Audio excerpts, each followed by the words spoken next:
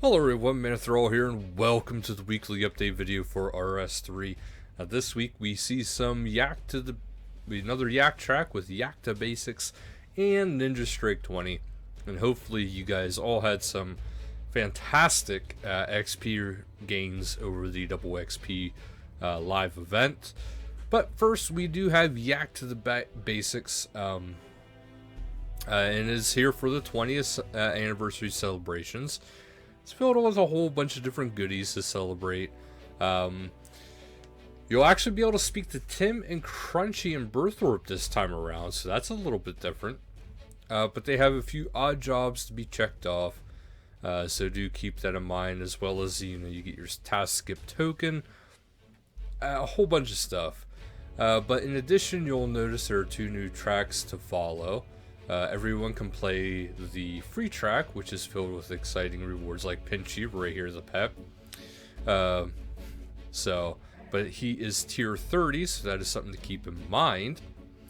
There's even cooler rewards on the premium track, of course, which contains such things as like the Tower Archmage outfit right here, that is tier 35. And make it all the way to tier 50 on the premium track, and you'll get your very own Crunchy pet and Tim costume to match. So right here's Crunchy if you're not familiar. So that's actually pretty cool. I, for one, I've been off for a little while. I'll be off for a little bit longer yet. So I do intend to actually get that, and I want to try to grind and give you guys kind of an update to see, give you guys a little bit of an update on this way you can see how hard it is to actually do all of this in a timely fashion, including, keeping track of how long I've been doing the tasks, etc, etc. But Slayer Masters, this is where it actually gets into the Ninja Strike. So it's a Slayer for dummies, but don't take that as the bad way. It's just making things a little bit easier to learn and get used to. But there is a new Slayer Master in town, who is Jacqueline, and they are actually in Lumbridge. So that's actually kind of a little bit different than what we're used to, because Lumbridge hasn't really seen much love for quite a while. No longer, though, it says, will low-level Slayer have to trapeze all over Gillinor to complete the task, so they'll be right on the doorstep. So if you favor slaying goblins, that's a good way to go about it. The other Slayer Master news is that Mashna and Vanica have switched places in the pecking order so that newer players don't have to navigate the swamps of Mauritania before they get on their Slayer task. So they made it a little bit easier for some people.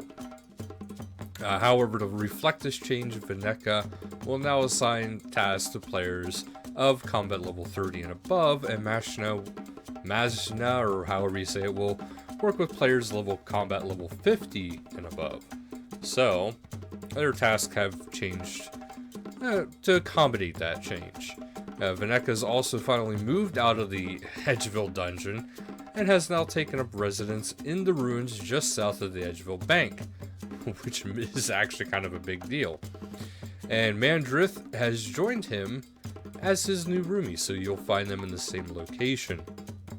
And lastly, Terrell and Spiria have agreed to make things easier for new players by only assigning them tasks in Berthorpe and Taverley. So, watch out for that a little bit. It'll make things a little easier to get accustomed to. And they made various changes to low-level Slayer tasks to make them feel a bit more enjoyable. Firstly, they moved up the group of black bears next to the body altar, west of Gunner's Grun, also known as the Barbarian Village. And secondly, a group of crocodiles to the east of Sophonim have had their HP cut in half, bringing them in line with their combat level. So there actually has been some monster fixes, which have few were not behaving as anticipated, but not to worry, the ninjas have sorted them out. Moss and Fire Giants are once again using melee to attack and are weak to fire and water spells respectively. They have been improved the teletab creation, so when creating teletablets is now 1 server cycle faster for each tier of lectern. So, you won't forget, because the exam text has been updated to reflect the change.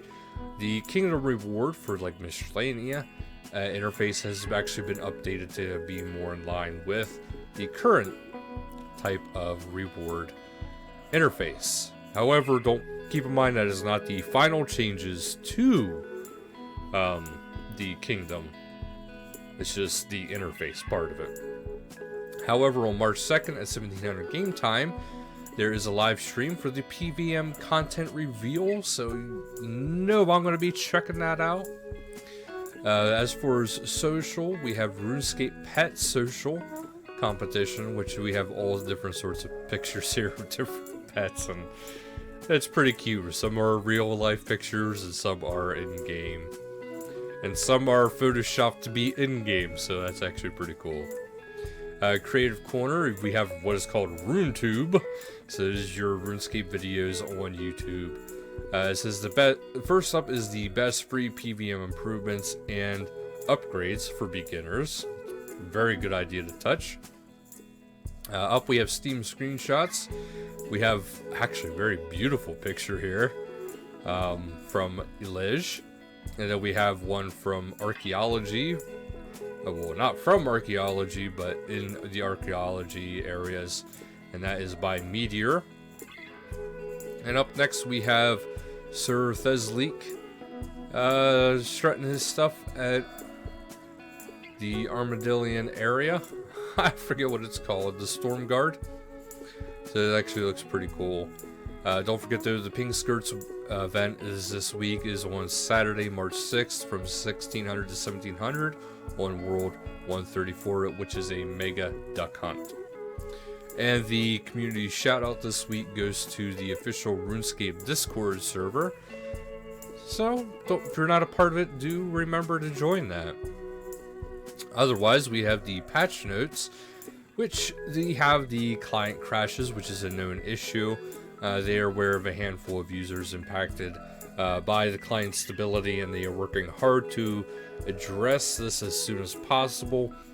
Today's game update included some potential fixes for it, for the recently reported black screen / loading screen issues. If you're still experiencing issues, please let them know as soon as possible.